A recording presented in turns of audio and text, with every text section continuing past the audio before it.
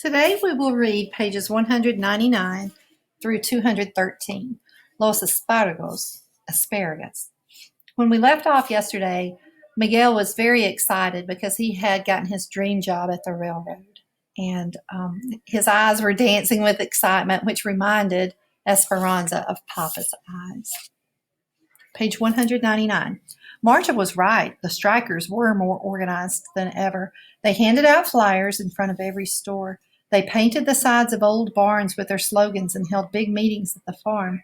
For those who continued to work, there were still jobs, but Esperanza could hear the tightness and worry in her neighbors' voices. She worried, too, about what would happen if she didn't have a job. Asparagus would be a long season, sometimes up to 10 weeks, but it had to be picked before the high temperatures touched the valley in June. The strikers knew that if they could slow down the workers, it would affect the growers, so when the tender stalks were ready, the strikers were ready too. Esperanza got on the flatbed truck with Hortensia and Josefina for the first day of packing.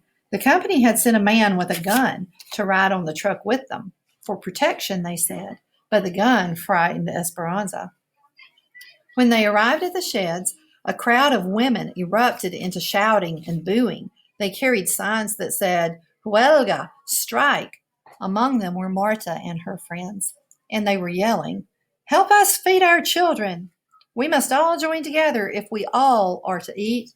Save your countrymen from starving." When Esperanza saw their menacing faces, she wanted to run back to the safety of the camp, do laundry, clean diapers, anything but this. She wanted to tell them that her mother was sick, that she had to pay the bills. She wanted to explain to them about Abuelita and how she had to find a way to get some money to her so that she could travel. And then maybe they'd understand why she needed her job. She wanted to tell them that she did not want anyone's children to starve, but she knew it would not matter. The strikers only listened if you agreed with them. So at this point, Esperanza can somewhat understand the strikers' position and why they are needing to strike, but at the same time, she feels like they don't understand her position, that she needs this job so that she can get money to send to Abuelita, to get Abuelita up here to California, and also to pay the bills and take care of Mama in the hospital. At the bottom of page 200, she reached for Hortensia's hand and pulled her close. Josefina marched toward the shed, looking straight ahead. Hortensia and Esperanza stayed close behind, never letting go of each other. One of the women from their camp called out, "We make less money packing asparagus than you do when you pick cotton. Leave us alone. Our children are hungry too." When the guard wasn't looking, one of the strikers picked up a rock and threw it at the woman, barely missing her head, and the workers all hurried toward the shed. The strikers stayed near the road, but Esperanza's heart was still beating wildly as she and the women took their places to pack the asparagus. All day, as she sorted and bundled the delicate spears, she heard their chanting and their threats. That night at dinner, Alfonso and Juan told how they had the same problems in the fields. Strikers waited for them, and they had to cross picket lines to get to work. Once in the fields, they were safe, protected by guards the company had sent, but the lugs of asparagus that were sent back to the sheds had to be taken across the picket lines, and the strikers often slipped surprises beneath the harvest. The strike continued for days. One afternoon, as Josefina took a handful of asparagus from a crate, a large rat jumped out at her. A few days later, Esperanza heard a terrible scream from one of the women, and several writhing gopher snakes slithered out of a crate. They found razor blades and shards of glass in the field bins, and the women, usually efficient and quick to unpack the asparagus, slowed down and were hesitant to grab the vegetables from their boxes. When several of them heard a rattling from beneath a pile of stalks, the supervisors took the entire crate out to the yard, dumped it, and found an angry rattlesnake inside. So these are the surprises that the strikers are slipping inside the harvest because they're angry with the workers for continuing to work. "It was a miracle that no one was bitten by that snake," said Hortensia that night at dinner. They were all gathered in one cabin, eating caldo de albondigas, meatball soup. Did you see it? Asked Isabel. Yes, said Esperanza. We all saw it. It was frightening, but the supervisor cut its head off with the hoe. This is the top of page 203. Isabel cringed. Can't they do anything to the strikers? Asked Hortensia. It's a free country, said Miguel. Besides, the strikers are careful. As long as they stay near the road and the guards don't actually see them doing anything aggressive, then no, there's not much anyone can do. It's the same at the railroad. I pass the picket lines every day and listen to the yelling and the insults. It's the yelling all day long that bothers me, said Hortensia. Remember, do not respond to them, said Alfonso. Things will get better. Papa, said Miguel, things will get worse. Have you seen the cars and trucks coming through the pass in the mountains? Every day, more and more people. Some of them say they will pick cotton for 5 and 6 cents a pound and will pick produce for less. People cannot survive on such low wages. Page 204. Where will it end? Said Josefina. Everyone will starve if people work for less and less money. That is the strikers' point, said Esperanza. No one said anything. Forks clinked on the plates. Pepe, who was sitting in Esperanza's lap, dropped a meatball on the floor. Are we going to starve? Asked Isabel. No, mija, said Josefina. How could anyone starve here with so much food around us? So things are becoming confusing in this area because the strikers do have a good point, and their cause that they're striking for is very important to them and potentially to other people as well. And Esperanza can see that they do have a good point in saying that everybody is going to starve if people continue to work for less and less money. But at the same time, Esperanza and other workers can't afford not to work. Esperanza had grown so accustomed to the strikers chanting while she packed asparagus that the moment it stopped, she looked up from her work as if something was wrong. Hortensia, do you hear that? What? The silence. There is no more yelling. The other women on the line looked at each other. They couldn't see the street from where they stood, so they moved to the other end of the shed, cautiously looking out to where the strikers usually stood. In the distance, a caravan of gray buses and police cars headed fast toward the shed, dust flying in their wakes. Immigration, said Josefina. It is a sweep. A sweep is when the immigration officials come in and storm the place and try to determine if there's anyone who is there illegally who needs to return to Mexico or to their home country. At the top of page 205, the picket signs lay on the ground, discarded, and like a mass of marbles that had already been hit, the strikers scattered into the fields and toward the boxcars on the tracks, anywhere they could hide. The buses and cars screeched to a stop, and immigration officials and police carrying clubs jumped out and ran after them. The women in the packing shed huddled together, protected by the company's guard. What about us? Said Esperanza, her eyes riveted on the guards who caught the strikers and shoved them back toward the buses. They would surely come into the shed next with so many Mexicans working here. Her fingers desperately clenched Hortensia's arm. I cannot leave Mama. Hortensia heard the panic in her voice. No, no, Esperanza, they are not here for us. The growers need the workers. That is why the company guards us. Page 206. Several immigration officials, accompanied by police, began searching the platform, turning over boxes and dumping out field bins. Hortensia was right. They ignored the workers in their stained aprons, their hands still holding the green asparagus. Finding no strikers on the dock, they jumped back down and hurried to where a crowd was being loaded onto the buses. Americana! Americana! Yelled one woman, and she began to unfold some papers. One of the officials took the papers from her hand and tore them into pieces. Get on the bus, he ordered. What will they do with them? Asked Esperanza.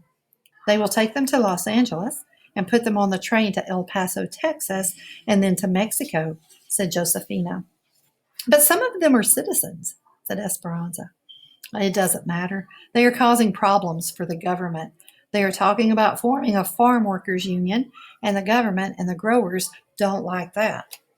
Well, what about their families? How will they know? Word gets out. It is sad. They leave the buses parked at the station until late at night with those they captured on board. Families don't want to be separated from their loved ones and usually go with them. That is the idea. They call it a voluntary deportation, but it is not much of a choice. Two immigration officials positioned themselves in front of the shed. The others left on the buses. Esperanza and the other women watched the despondent faces in the windows disappear. Slowly, the women reassembled on the line and began to pack again. It had all lasted only a few minutes. What happens now? Asked Esperanza. La Migra will keep their eyes open for any strikers that might be back, said Josefina, nodding towards the two men stationed nearby. And we go back to work and feel thankful it is not us on that bus. Esperanza took a deep breath and went back to her spot. She was relieved, but still imagined the anguish of the strikers. Troubled thoughts stayed in her mind. Something seemed very wrong about sending people away from their own free country because they had spoken their minds. So we see here that Esperanza is more and more understanding the position of the other group of people, the people who are opposite in opinion from hers. She continues to work, they continue to strike, and she begins to understand more and more about what they're going through and why they may want to strike and how wrong the treatment of them really is. At the top of page 208, she noticed she needed more bands to wrap around the asparagus bundles and walked to the back of the dock to get them. Within a maze of tall crates, she searched for the thick rubber bands. Some of the boxes had been tossed over by the immigration officials, and as she bent down to set one straight, she sucked in her breath, startled by what was in front of her. Marta was huddled in a corner, holding her fingers to her lips, her eyes begging for help. She whispered, "Please, Esperanza, don't tell. I can't get caught. I must take care of my mother." Esperanza stood frozen for a moment, remembering Marta's meanness that first day in the truck. If she helped her and someone found out, Esperanza would be on the next bus herself. She couldn't risk it, and she started to say no. But then she thought about Marta and her mother holding hands, and she couldn't imagine them being separated from each other. And besides, they were both citizens. They had every right to be here. She turned around and headed back to where the others were working. No one paid any attention to her. They were all busy talking about the sweep. She picked up a bundle of asparagus, several burlap sacks from a stack, and a dirty apron that someone had left on a hook. She quietly wandered back to Marta's hiding place. La Migra is still out front, she said in a hushed voice. They will probably leave in an hour when the shed closes. She handed the apron and the asparagus to Marta. When you leave, put on the apron and carry the asparagus so you'll look like a worker, just in case anyone stops you. Gracias, whispered Marta. I'm sorry I misjudged you. Shh, said Esperanza, repositioning the crates and draping the burlap sacks across their tops so Marta couldn't be seen. Esperanza, called Josefina, where are you? We need the rubber bands. So Esperanza experiences this major turning point when she makes this decision to hide Marta. She has risked her own safety, and this shows that she's learned to see and understand other people's positions, which is certainly something that she was not able to do at the beginning of our novel. She also is able to see that she and Marta have something in common, which is a sense of responsibility for their mothers. At the bottom of page 209, Esperanza stuck her head around the corner and saw Josefina with her hands on her hips, waiting. Coming, she called. She grabbed a bundle of bands and went back to work as if nothing had happened. Esperanza lay in bed that night and listened to the others in the front room talk about the sweeps and the deportations. They went to every major grower and put hundreds of strikers on the buses, said one. Some say they did it to create more jobs for those coming from the east, said Josephina. We are lucky the company needs us right now. If they didn't, we could be next. We have been loyal to the company, and the company will be loyal to us, said Alfonso. I'm just glad it's over, said Hortensia. It is not over, said Miguel. In time, they will be back, especially if they have families here. They will reorganize and then they will be stronger. There will come a time when we will have to decide all over again whether to join them or not. Esperanza tried to go to sleep, but the day spun in her mind. She was glad she had kept working and thankful that her camp had voted not to strike, but she knew that under different circumstances, it could have been her on that bus. And then what would Mama have done? Her thoughts jumped back and forth. Some of those people did not deserve their fate today. How was it that the United States could send people to Mexico who had never even lived there? And yes, we have to remember that some of the people who are being deported to Mexico aren't actually from Mexico. She couldn't stop thinking about Marta. It didn't matter if Esperanza agreed with her cause or not. No one should have to be separated from her family. Had Marta made her way back to the strikers' farm without getting caught? Had she found her mother? For some reason, Esperanza had to know. The next morning, she begged Miguel to drive by the farm. The field was still surrounded by the chain-link fence, but no one was protecting the entrance this time. All the evidence of people she had seen before was there, but not one person was to be seen. Laundry waved on the clothesline. Plates with rice and beans sat on crates and swarmed with busy flies. Shoes were lined up in front of tents, as if waiting for someone to step into them. The breeze picked up loose newspapers and floated them across the field. It was quiet and desolate, except for the goat still tied to the tree, bleating for freedom. Immigration has been here too, said Miguel. He got out of the truck, walked over to the tree, and untied the goat.